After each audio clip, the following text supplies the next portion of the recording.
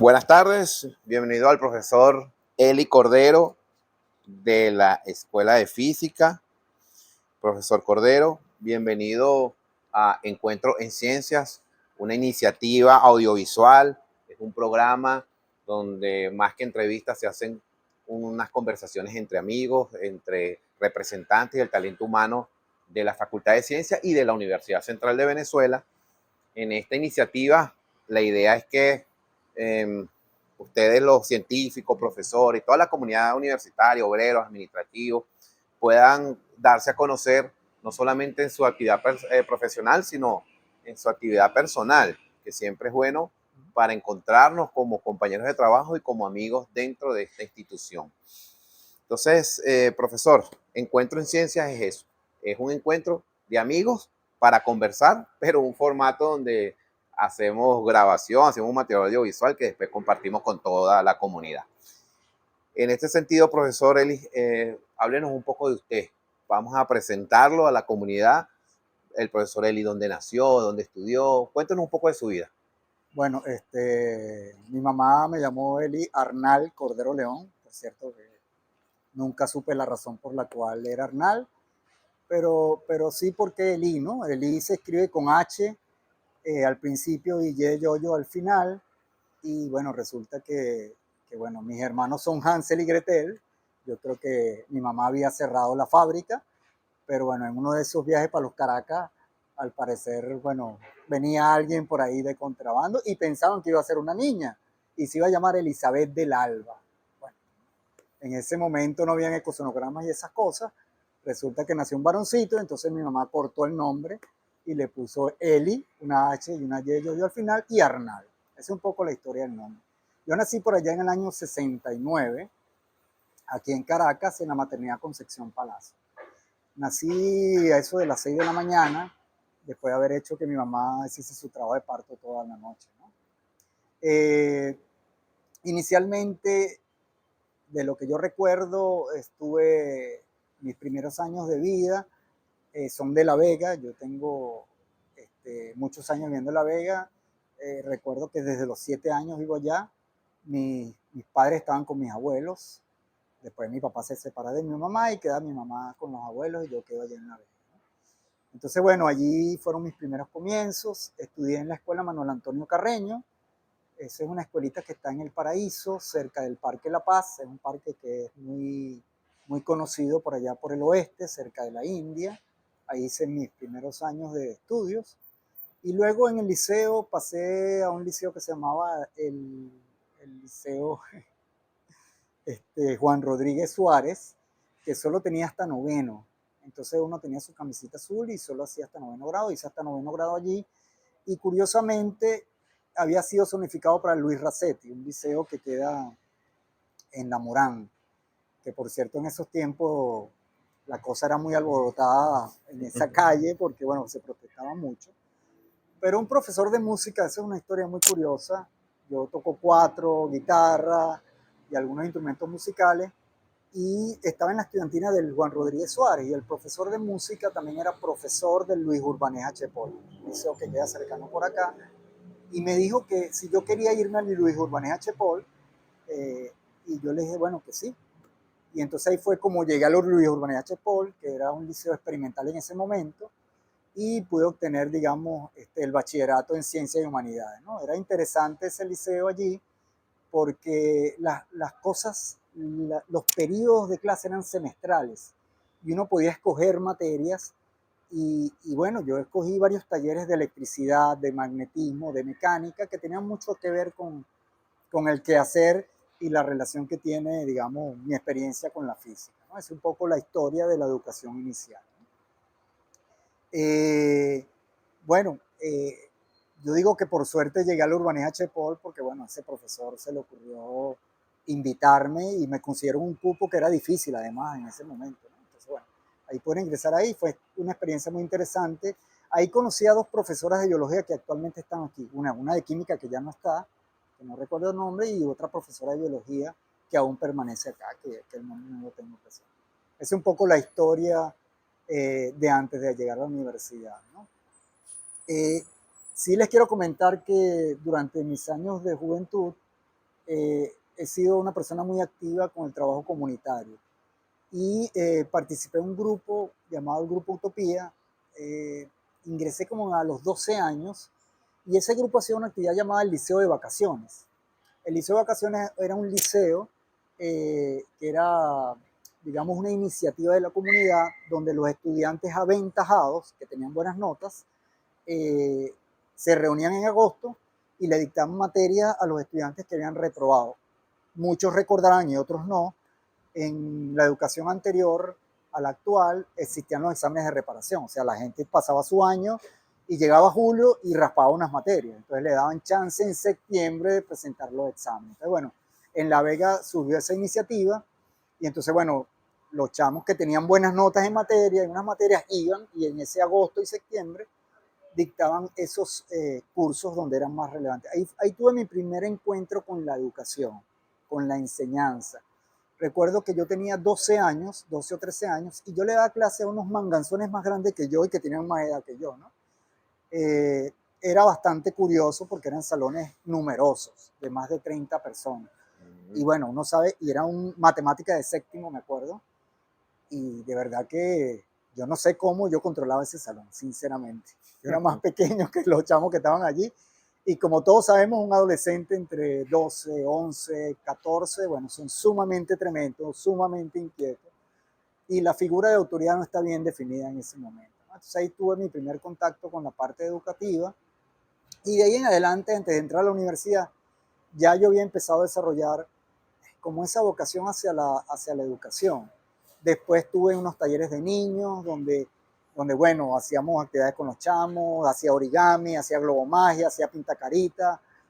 Fui payaso cuando fui bastante joven, porque a veces las cosas se ponían difíciles en la casa y había que trabajar.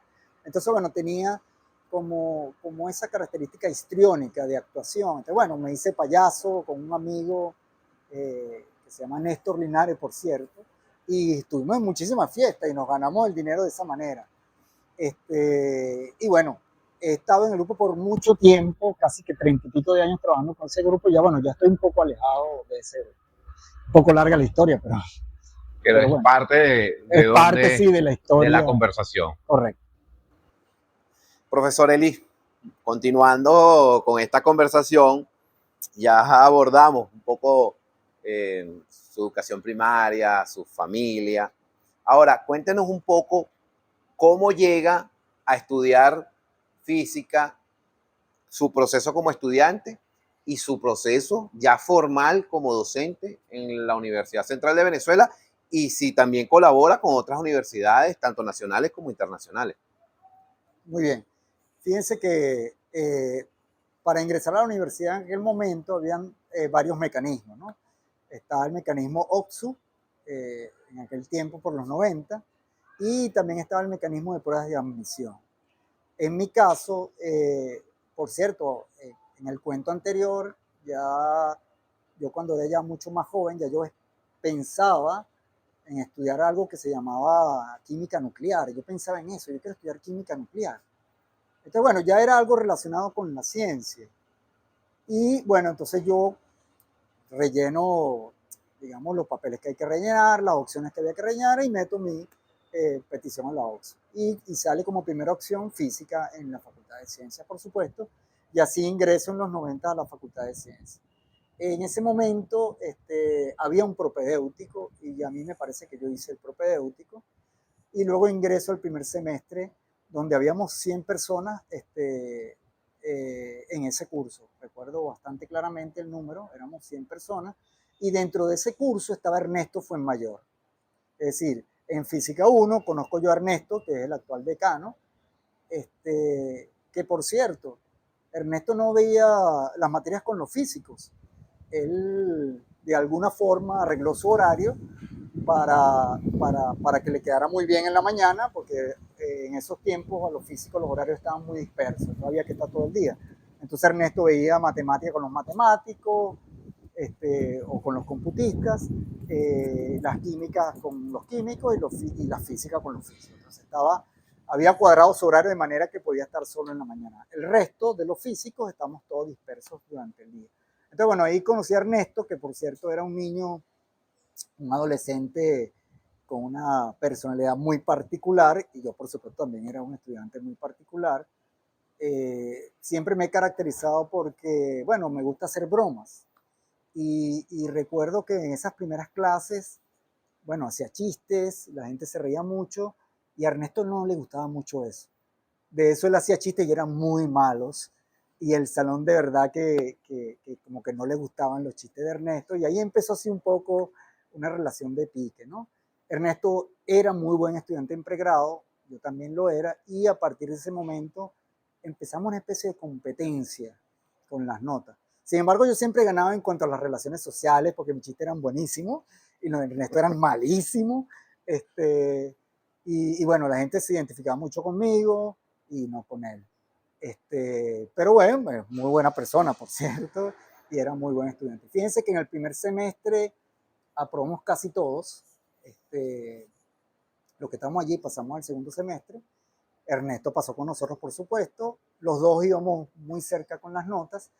Cuando llegamos a mecánica, que está en el tercer semestre, bueno, nos tocaron unos profesores complicados y de los 100 que estamos, solo pasamos 2 personas ese curso, fue Ernesto y yo. Ahí hubo un problemita que después se resolvió y Ernesto y yo fuimos los que seguimos en el curso, en los cursos consecutivamente y paralelamente, y íbamos allí en esa competencia. Me acuerdo que Ernesto estaba en una mejor posición que yo a nivel económico en esos tiempos y hacía una fiesta que se llama la Fiesta Animal, donde invitaba a toda la facultad para su casa. Los padres le dejaban la casota que tenían en Bellomonte para que fuera a hacer desastre.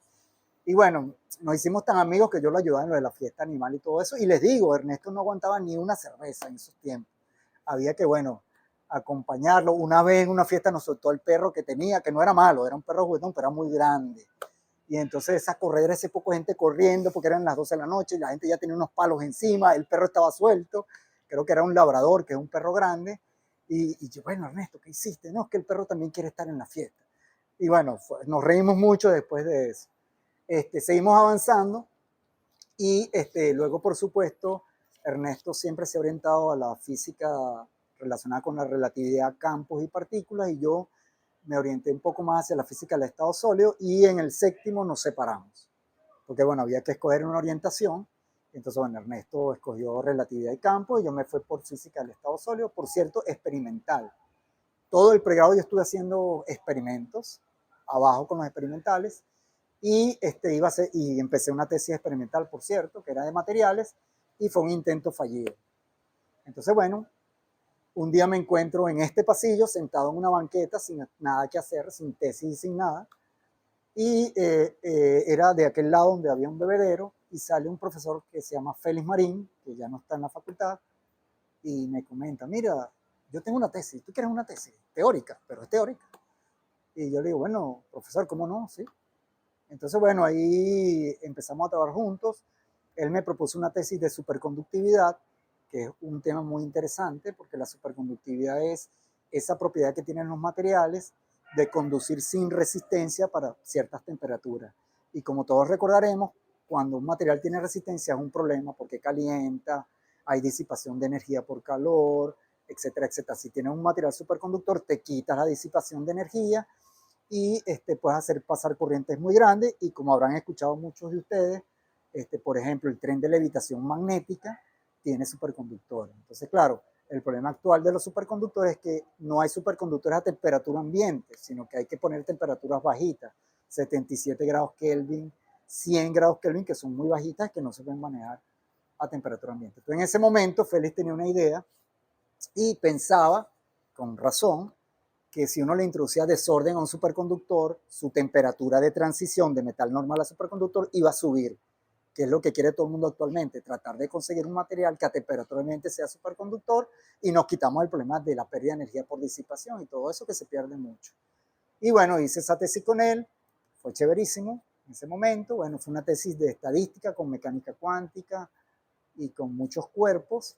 Y bueno, esa fue mi primera tesis de pregrado en materia condensada. Ernesto hizo su tesis por allá en cosas de relatividad. No nos vimos por un tiempo, por cierto, nos separamos allí. Pero luego que me graduó, que para mí fue una experiencia interesante y grata en la facultad, por cierto, en ese momento yo fui preparador. Primero obtuve una beca porque, bueno, mi situación familiar a nivel económica era complicada, como muchas familias. Entonces, al entrando a la universidad me dieron una beca, que eso me ayudó y ayudó a mi familia. Después me hice preparador, estuve bastante tiempo de preparador y el salario era interesante, era bueno. Yo con eso me compré una bicicleta y con esa bicicleta venía a la universidad. Yo estoy viniendo a la universidad en bicicleta por bastante tiempo y me acuerdo que un profesor de laboratorio, una vez yo entro al laboratorio, llegué todo mojado.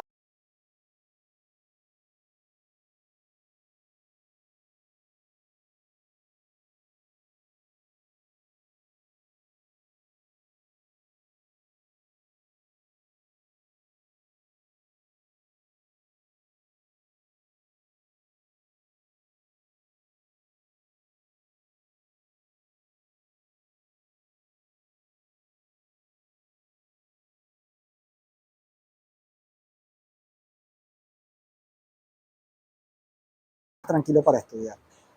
Me graduó en materia condensada y estaba de jefe de departamento Lorenzo Leal, muy buen profesor de campos, y me dice, Eli, ¿tú quieres dar clase aquí?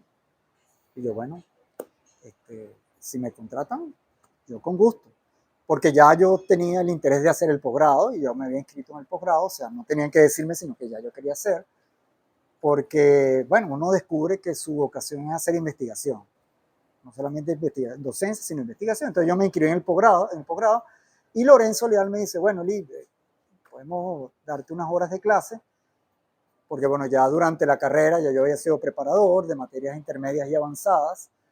Entonces, bueno, los profesores, bueno, les había gustado cómo trabajaba. A Félix también le gustó un poco cómo había hecho mi trabajo de investigación. Entonces, bueno, ¿por qué no? Entonces, bueno, ahí entré como un profesor contratado 8 horas a dar física 1. Y en ese tiempo eran como 100 estudiantes, 80 o 100 estudiantes por salón. Pero bueno, ya uno estaba entrenado. O sea, yo fui preparador de demostraciones y ahí entraban 2 salones, tenía 120 estudiantes. Y bueno, era bastante gente. Entonces ya uno se le quita como ese miedo, ¿no? Las primeras veces uno siempre está asustado. Pero ya a medida que vas dando clase, el miedo nunca se te quita, por cierto. Cada vez que uno va a dar una clase, uno tiene ese gusanito de temor. Pero has aprendido a controlarlo, ¿no? Entonces, bueno, ingreso al posgrado. Entonces, bueno, ahí hice mis estudios de posgrado y continué. Estaba contratado 8 horas. Bueno, busqué otro trabajo, entonces gané un concurso en el pedagógico, empecé a trabajar también en el pedagógico de Caracas, entonces trabajaba en los 2 sitios simultáneamente, no coincidían las horas porque uno era 8 horas y otro era tiempo completo. Y en el pedagógico, prácticamente con una profesora que se llama Maite, montamos todos los laboratorios de docencia que no estaban. El laboratorio 1 digamos, de la carrera de Educación en Ciencia de la Física, desde el laboratorio 1 hasta las electivas que eran electrónica, instrumentación y esas cositas. Y bueno, levantamos eso que estaba bastante decaído. Y después, bueno, aquí en la facultad me dice la escuela, mire, Eli, nosotros queremos que te vengas porque queremos que hagas investigación con nosotros acá. Y bueno, me vine a la facultad y entré como personal fijo a física, ¿no? Es un poco la historia de pregrado y de posgrado. La gente me pregunta siempre, bueno, tú eres teórico, pero ya, ¿por qué te gustan los experimentos, no? Yo, bueno, porque inicialmente yo tengo también una inclinación hacia hacer los experimentos. Como ya les dije, en pregrado yo estuve todo el pregrado en todos los laboratorios metidos con la China, que es Yolanda. También estuve un rato un poquito con Carlos y con otros profesores, pero luego me fui a teoría y me quedé arriba haciendo teoría. Es un poco la trayectoria académica. Perfecto. Profesor Eli, actualmente usted se desempeña en la escuela de física, en la universidad, como profesor, como autoridad, como representante profesoral también. Cuéntenos un poco de los proyectos. Cuando hablamos de proyectos, sabemos que la mayoría, por no decir todos los profesores de la Facultad de Ciencias, se involucran en proyectos científicos, sociales, de donde abarcan varias áreas de conocimiento, se unen para presentar, bueno, evidentemente soluciones a prácticas, a problemas cotidianos, en su área de experticia, área de conocimiento. ¿Qué proyectos académicos realizó o está realizando? Y también quiero que posteriormente nos comente sobre una iniciativa que es bastante curiosa, que es el teatro de la física. Entonces vamos en ese orden, pero quisiera que nos comentara sobre esos dos temas. Sí, bueno, ahí un poco la historia va por el área de trabajo primero, ¿no? En la parte donde yo trabajo, que es materia condensada, ¿no? Allí, como ya les dije, yo empecé a trabajar con superconductividad, que es parte del trabajo que yo hago, pero luego en el posgrado empecé a estudiar sistemas mesoscópicos y gotas cuánticas. Como ustedes saben, ha habido un boom de miniaturización de dispositivos y entonces, debido a ese proceso de miniaturización, se han ido encontrando sistemas con nuevas propiedades y entonces en ese sentido, bueno, muchos de los físicos se abocaron a estudiar las propiedades de esos sistemas pequeñitos, que son gotas cuánticas o un arreglo de átomos artificiales, porque un poco la intención del ser humano, en realidad, aparte de conocer un poco el funcionamiento de nuestro sistema natural, es cómo controlar la naturaleza para su beneficio, ¿no? Entonces, un poco ese estudio de sistemas mesoscópicos apunta a entender mejor la naturaleza, pero cómo puedo yo utilizar estos sistemas para diseñar sólidos a mi gusto o a nuestro gusto, para aplicaciones médicas, para aplicaciones de diagnóstico médico, para aplicaciones contra el cáncer, para aplicaciones energéticas. Entonces, claro, tiene muchas aplicaciones. Bueno, entonces yo empecé a entrar por la parte de sistemas mesoscópicos y luego dentro de esa misma área me interesé por la parte de biofísica, en los sistemas relacionados con moléculas de ADN, fotosíntesis, porque en esos sistemas el sistema natural se ha encargado de optimizar los procesos. Entonces, claro, allí queremos entender cómo es posible, por ejemplo, que en el proceso de fotosíntesis la transmisión de información se optimice. Entonces, una de las cosas que nos interesa como seres humanos es cómo transmitir información de manera óptima. Entonces, por ejemplo, las plantas que hacen fotosíntesis, ahí hay unas cadenas de reacción donde se manda la información y la recepción y transformación de luz digamos, un proceso óptimo que permite la vida, ¿no? De hecho, efectivamente, hay seres vivos que viven en las profundidades del mar, donde hay muy poca luz. Y esos organismos son tan eficientes que con un fotón, con un rayito de luz, es suficiente para generar la energía que les permite vivir. Pero eso implica procesos físicos, químicos, que se entienden poco hoy y que, bueno, que les permiten, digamos, hacer ese proceso. Entonces, bueno, eso me ha llevado que ahorita parte de mis proyectos de trabajo, tanto individuales como grupales, tienen que ver con sistemas de muchos cuerpos, sistemas mesoscópicos y biofísica, ¿no? Es un poco lo que hago yo ahora. En particular estamos estudiando ahorita la molécula de ADN, porque la molécula de ADN, que es una molécula quiral, tiene la propiedad de generar polarización de spin. Y el spin es una cantidad física importante en muchos sistemas vivos, ¿no? Entonces, nosotros estamos ahí tratando de entender eso y, bueno, si uno entiende un poco más cuál es el papel de esa cantidad física en un sistema, puede manipularlo para lo que uno quisiera generar con ese sistema. Ese es un poco en el área de la física. En el área de la física también me interesa en la parte educativa, sobre todo en la didáctica, porque yo pienso que como todos estamos ligados con la docencia, creo que una práctica natural debería ser la investigación en enseñanza, porque si estamos en el salón de clase, el profesor siempre está buscando las maneras en que su estudiante aprenda lo mejor posible lo que le está enseñando. Entonces, dentro de nuestra práctica natural, creo que está la práctica, la investigación y la didáctica. Lo que pasa es que los profesores no sistematizan lo que hacen. O sea, hay profesores que aquí dan unas clases geniales. Lo que pasa es que no lo sistematizan.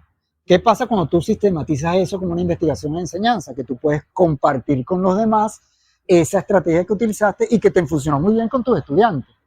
No significa que vaya a funcionar bien con otros porque los grupos sociales son distintos, pero te da unos indicios de cómo tú puedes mejorar tu práctica docente. Entonces, otra cosa que está dentro de mis proyectos de trabajo en la universidad es lo que tiene que ver con la educación y la enseñanza de la física, ¿no? Y en ese sentido, por eso es que viene lo otro que preguntabas del teatro de la física. Yo desde pregrado trabajo en demostraciones. Demostraciones es un laboratorio de servicio de física que se encarga de diseñar unas experiencias que le permitan a los estudiantes entender los fundamentos de la física. Entonces, uno le muestra a los estudiantes unos experimentos y trata de a través de esos experimentos hacerles llegar, bueno, las teorías que están en el papel, cómo esas teorías están relacionadas con lo que nos sucede en nuestro entorno. Entonces un día, bueno, un poco hablando con Nelson Bolívar, que ahorita no se encuentra aquí, nos preguntamos si de verdad podíamos hacer un teatro de la física, porque la Simón Bolívar tenía algo llamado el teatro de la física, pero que en el fondo estaban en un auditorio y había un profesor que, bueno, hacía las experiencias y contaba lo que pasaba. Entonces, bueno, yo había hecho teatro, ya he hecho teatro en mi vida varias veces y yo decía, bueno, pero eso realmente no es un teatro. Un teatro es cuando alguien se pone en escena, tiene una acción y una acción que viene llevada por un diálogo o por unas acciones. Entonces, ¿cómo hacemos nosotros para hacer realmente un teatro de la física? Y que podamos motivar a la gente de bachillerato, a los estudiantes de bachillerato, para que, bueno, quieran estudiar ciencia. Esa era un poco la idea. Y se nos ocurrió decir, bueno, ¿qué tal si nosotros hacemos unos sketches que tengan como eje central un experimento muy llamativo? Porque en física hay experimentos que son muy llamativos, que dices, bueno, ¿cómo sucede esto? Hay experimentos que tienen chispas, hay experimentos donde las cosas flotan. Dices, bueno, pero ¿cómo es que esto flota? Bueno, hay un principio físico detrás de eso, ¿no? Pero son cosas que pueden sorprender a la gente. Entonces dijimos, bueno, vamos a pensar en un experimento impresionante y luego diseñamos un sketch que ruede en torno a ese experimento. Entonces ahí entre los dos, después yo le comenté a Ernesto una vez en las barras sobre esa idea. Y Ernesto, ¿por qué no hacemos un teatro de verdad de la física? O sea, donde hagamos teatro. Y entonces Ernesto también empezó a pensar en ideas en torno a experimentos físicos. Entonces, ahorita me recuerdo rápidamente el sketch de Galileo Galilei, se llama. Recuérdense que Galileo Galilei es un físico que estudió un poco, observó el universo con un telescopio que hizo él propiamente y que hasta lo excomulgaron y todo, ¿no? Tuvo que esconderse y tuvo que retractarse porque si no le dieron hereje porque lo iban a quemar en la hoguera, ¿no? Entonces, el experimento que se muestra ahí es, yo no sé si ustedes han visto, una rueda de bicicleta que tiene una cuerda, que cuando tú la giras y la colocas, ella queda elevada y gira. Entonces la gente se sorprende mucho con ese experimento. Entonces, claro, se nos ocurrió pensar en un juicio contra Galileo, que en este caso, como yo soy el actor que hace de Galileo, le pusimos Elileo, porque mi nombre es Eli. Y entonces, claro, en ese experimento lo que trata de hacer Eli es convencer a la gente de que se mueve, porque antes se decía que la Tierra estaba estática y que todas las cosas giraban en torno a nosotros, cuando no es así, ¿no? Tenemos el Sol, todos sabemos que los planetas giran en torno al Sol, ¿no?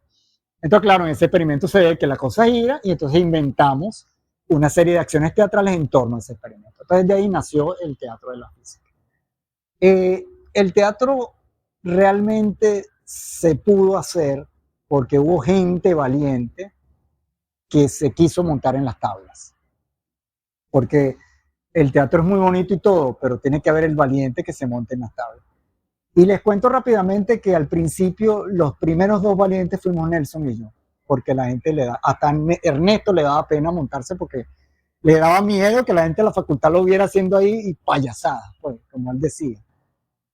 Pero bueno, Nelson y yo hicimos los primeros teatros, todos los sketches.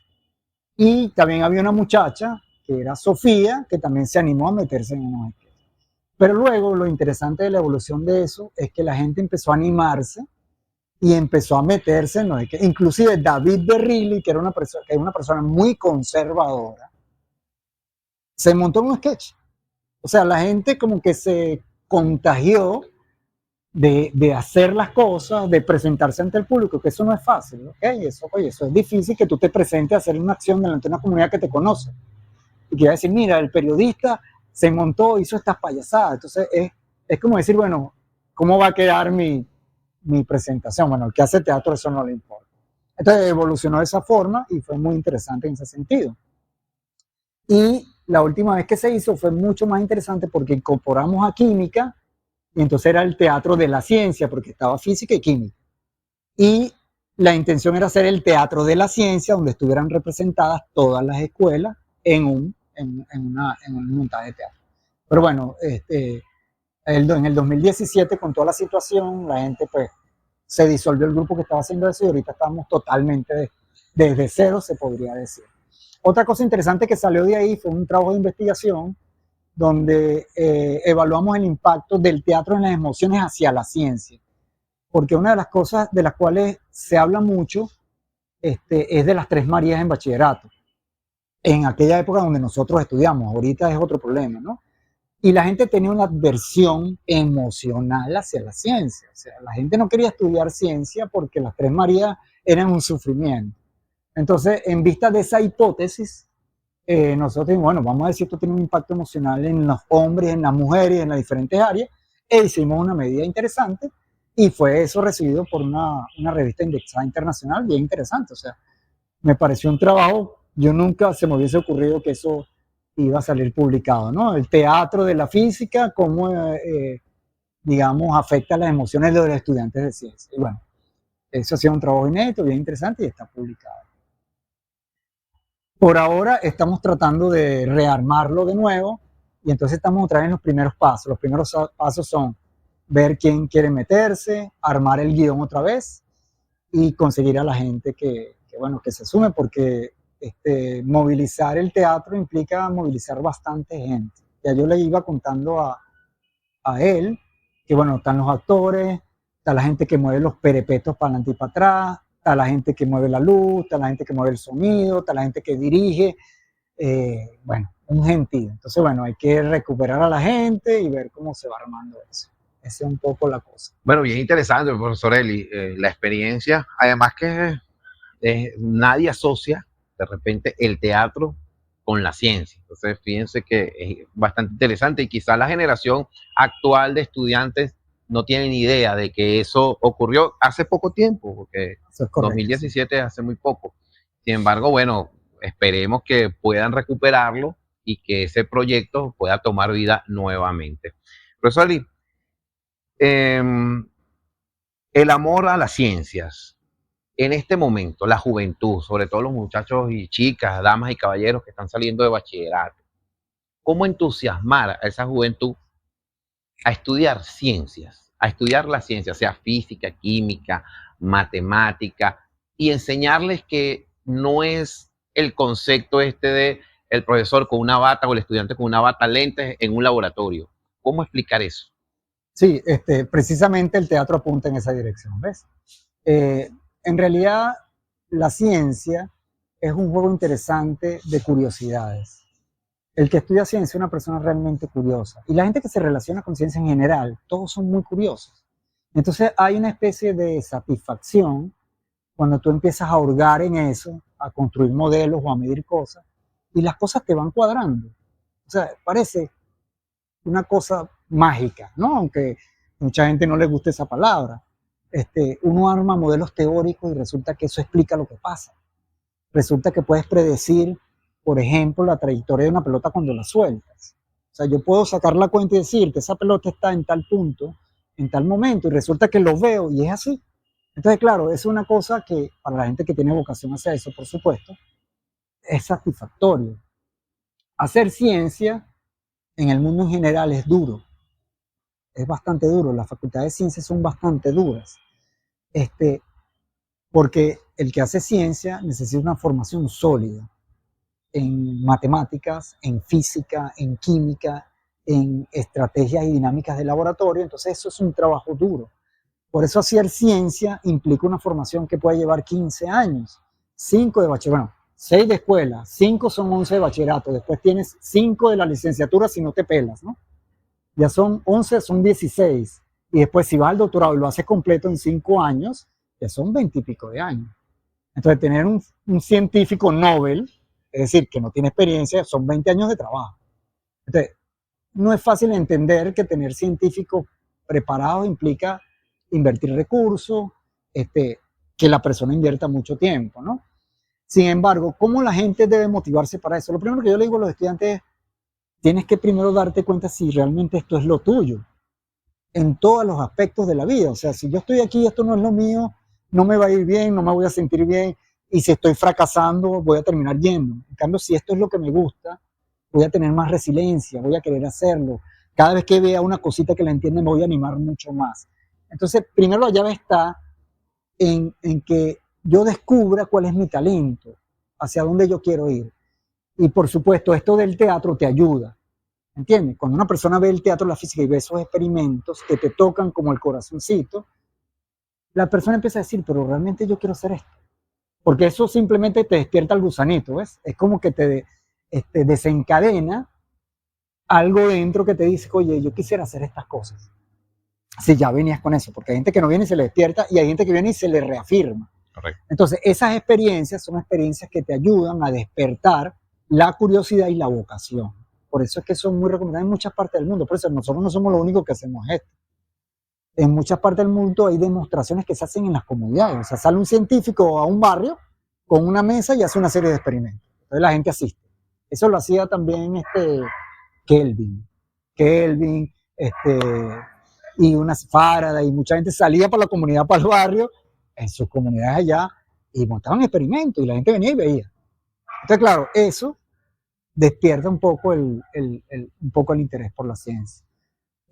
Hay que abrir espacios de motivación de este estilo, donde hay una charla divulgativa, que alguien te cuente de manera distinta, por ejemplo, por qué yo estoy trabajando con moléculas de ADN.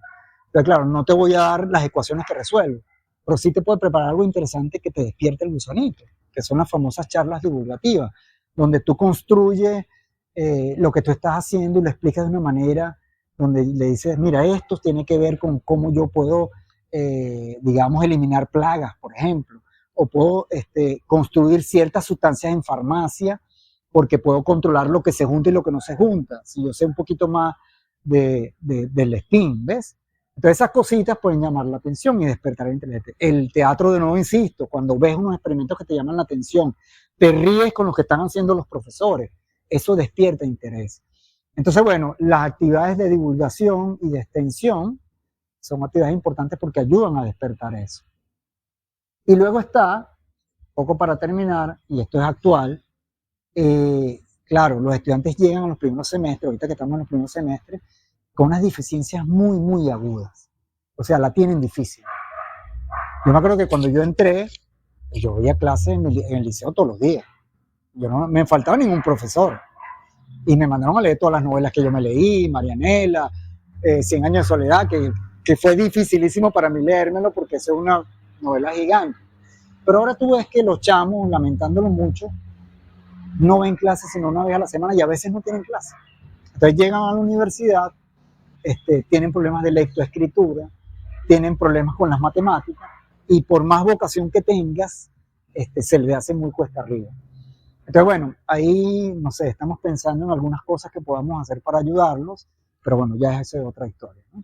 Esa es un poco la cosa. Bueno, profesor Eli Cordero, excelente y de verdad muy grata la conversación que hemos tenido. Pero antes de finalizar, queremos hacer unas preguntas puntuales, una dinámica para saber algunas cositas de usted. Por ejemplo, ¿cuál es su comida favorita? ¿O qué tipo de comida le gusta más? Bueno, yo he ido cambiando la rutina de comida porque uno va como creciendo, ya no es lo mismo antes y después, ¿no? En principio, bueno, no hay nada más divino que una empanada. Eso es, o sea, eso no lo puedes sacar dentro de la comida. Una empanada de cazón bien hecha, de camarones, bueno, las arepas variadas, la pelúa. Esas son cositas que uno no puede arrancarse de la piel, porque además de ser sabrosas, vienen con uno. O sea, ¿quién no estuvo chiquito y no te daban el pancito para mojarlo en el café en la mañana, por ejemplo, ¿ves? O no te daban la tortica en la tarde. Está claro, son cositas que uno viene, ¿no? Pero luego tú podrías decir, bueno, una comida interesante, un buen asado, es una comida muy sabrosa, que se disfruta bastante, ¿ves? Y hay otras comidas, pues, por ejemplo, los pescados. Yo una vez me comí un pescado, yo no sé si era una catalana en el Orinoco, con su tostón y su cosita, y bien sazonado, bien sabroso. Entonces, claro, yo no te podría decir si hay un plato especial, pero es que cada vez que tú vas a un estado hay un plato sabroso, ¿ves? Entonces yo dice, bueno, ¿cómo yo le digo que no a la comida típica de los Andes o a el llano con una carne en vara que es muy sabrosa? Entonces, en ese particular yo no podría decir que tengo una especial, sino que, bueno, ¿Algún deporte favorito y algún equipo que sea fanático? Bueno, cuando yo estaba en pregrado, que tenemos más cuentos, yo jugaba futbolito y fútbol. Me gusta mucho bastante jugar. No soy fanático de equipo, pero sí jugar. Eh, y me recuerdo que yo era del equipo de física de futbolito. Y coño, perdíamos siempre. Yo era un portero. La gente de computación, esos cuentos que uno tiene de pregrado, me dijo, oye, Eli, pero ese equipo no juega tan bien y tú eres un buen portero, ¿por qué no te vienes para computación? Entonces yo me cambié de equipo. Y resulta que estando en computación, ganamos muchísimos campeonatos, fuimos inclusive, jugamos en la cancha de honor, estuvimos en los juegos interfacultades y casi que representamos a la universidad. Y entonces, claro, me gustaba mucho el futbolito, me gustaba mucho el fútbol, me gusta mucho andar en bicicleta, eso me encanta correr. Ya después de estar un poquito con más edad, ya no juego futbolito ni básquet porque es de mucho contacto. La última vez que jugué me dieron una patada que dije, yo no juego más esto, porque ya cuando uno está más grandecito, ya tú no estás compitiendo como lo hace cuando joven, que es una cosa de competir y ganar. Ya tú juegas para divertirte, te estás jugando con un chamo que tiene 10 años menos que tú y quiere ganar y te choca canilla con canilla, pero ya tú tienes 50 y pico, ¿eh? Entonces, claro, oye, te duele mucho y no quieres estar en eso. Entonces, sí, me gusta mucho natación, me gusta mucho la escalada, me gusta correr y me gusta andar en bicicleta. Ahora, ¿ok? Pero antes me gustaba el futbolito, el basquetbol, el béisbol. Sabemos que es músico. ¿Qué tipo de música le gusta? Por cierto, el béisbol, yo soy del equipo de La Guaira. Ajá, ok. Caramba, qué bueno, me ha llevado más palos. En estos días he estado ganando y en los grupos mandan como que una copa. Esta es la copa que ganó la última vez La Guaira, una copa toda rota del año de Cataplum, pues, para fregarlo a uno. Pero bueno, uno es, digamos, fiel con su equipo y bueno, esperamos que esta vez La Guaira gane. Pues. Este es su año. Este es el año exactamente de los Tiburones de La Guaira, ¿no? Okay. Que quedaron fuera los Leones y los Magallaneros, ¿no? Correcto. Quedó Lara correcto. Y ya están a punto de ser campeones. Lara. O La Guaira. La Guaira. La Guaira, exactamente. La Guaira. Muy bien. La otra pregunta que hiciste, ¿cuál era? La música. Usted es músico. Sí. ¿Qué tipo de música prefiere o le gusta? Aunque cuando el ser es músico, casi siempre aborda todo tipo de género, pero siempre debe haber alguno preferido. Sí, es que uno tiene varias historias. Yo aprendí a tocar 4 guitarras con unas monjitas por allá por mi casa a los 12 años más o menos. Me regalaron una guitarra, me dijeron, te va a aprender, y después tocaba en la misa, los domingos, ¿no? Después de eso, bueno, ya fui mejorando. Hay un grupo folclórico de La Vega que se llama el Grupo Autóctono de La Vega. Entonces ella me dice, mira, para que seas el cuatrista del grupo. Entonces me meto al grupo folclórico y empiezo a aprender lo que tiene que ver con la cultura musical de Venezuela. Entonces ahí aprendo parrandas, fulías, aprendí los golpes de fulías, sé los toques de los tambores de fulía, sé los toques de parranda y sé algunos toques de tambores de la costa y de los llanos. Estuve más o menos tiempo allí, entonces ahí me incliné, por eso que en la Facultad de Ciencias alguna vez montamos la parranda de física, que es la que llamamos al decanato, pues que ahorita está muy disminuida porque, bueno, los profesores que estaban ya se fueron. Solo queda la parranda Ernesto y yo, pues entonces no hacemos una parranda, ¿no? Y bueno, a veces está Nelson y otra gente, pero ya no está. Entonces, claro, eso ha sido parte de la trayectoria. Y estando más joven, llevamos mucha serenata en La Vega. O sea, yo me reunía con unos panas y como estamos en un grupo comunitario que hacía trabajo, cada vez que una muchacha cumplía años, nos le llegamos a las 12 de la noche y le cantábamos una serenata. Y bueno, a veces nos recibían bien y otras veces no. Una vez nos echaron agua a las 1 de la mañana y hacía frío. Y recuerdo que la muchacha apenas al siguiente día nos la vimos, por supuesto, decía que, bueno, que el papá estaba bravo, que era muy bravo, que no le avisamos que íbamos a ir y entonces, bueno, el papá se paró bravo porque al día siguiente había que trabajar y nos echó un tobo de agua. Y entonces, bueno, claro, canto varias músicas, ¿no? Tengo música para dar serenata, las parrandas, la fulía, algunos merengues, toco la tambora, como habrás visto. Entonces ahí tengo versatilidad. Que por cierto, Máximo me dijo que quería armar un grupo de salsa. Me llama mucho la atención hacerlo. Bueno, no sé, a lo mejor se da o no se da, no sé, ya veremos. Si me ven cantando un grupo de salsa con Máximo, se dio el asunto. Entonces, bueno, ahí la ejecución son varias. Puedo cantar música de misa, por ejemplo, no sé, Pastor de Hombres, si quieren, o Alabaré, una parranda, una serenata, una canción de Luis Miguel, una canción de, Multifacético, sí, musicalmente. serenata esa de Mujer abre tu ventana, viejísima, que no me acuerdo quién la canta, cantando Quiero decirte, que tampoco recuerdo quién la canta, cantando Quiero decirte lo que me gusta de ti, que les gusta mucho a las chicas, por cierto, las mujeres se abrían esa ventana y yo ya... Bueno, esa es un poco la historia musical mía. Bueno, profesor Eli Cordero, de verdad, muchas gracias por acompañarnos en Encuentro en Ciencias. Repetimos, es una iniciativa de las autoridades, de la coordinación de extensión, sobre todo para mostrar, repetimos, el talento humano de toda la comunidad universitaria, en especial la Facultad de Ciencias, pero en una próxima temporada, pues esta es el primer ciclo de temporada, la primera temporada, estamos aquí en la Facultad de Ciencias, pero la idea es abrirlo a toda la comunidad universitaria.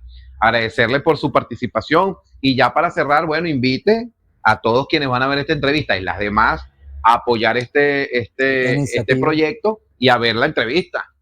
Sí, bueno, yo primero quiero agradecer, bueno, por la invitación. Yo creo que es una ventana que permite, digamos, que la gente de la facultad se conozca, como ustedes bien han dicho, que conozcan lo que hace la gente, de dónde viene, qué hace en su área científica, qué hace en su área de extensión. Y bueno, yo los invito bueno, a que jurunguen, a que vean, a que vean el teatro que pronto va a salir, bueno, que vean cuál es su vocación, que es realmente lo importante. Que pensemos si lo que estamos haciendo es lo correcto, porque a veces la vida te nos embate fuerte y si tú no realmente no tienes la vocación de hacer eso, lo abandonas, te frustras, te sientes mal. Pero si eso es lo tuyo, lo haces. Lo haces y buscas la manera de haciendo eso, tener tu sustento, tu comida, tu ropita, tu familia. Entonces, bueno, yo sí invito a la gente, bueno, que nada, que se anime a participar, que se anime a visitar, a venir, a explorar sobre todo, porque bueno, en la vida vinimos a explorar. A veces exploramos el camino equivocado, no importa, nos regresamos y nos vamos por otro camino y bueno, y así la pasaremos bien. Muchas gracias por la invitación y bueno, hasta la próxima.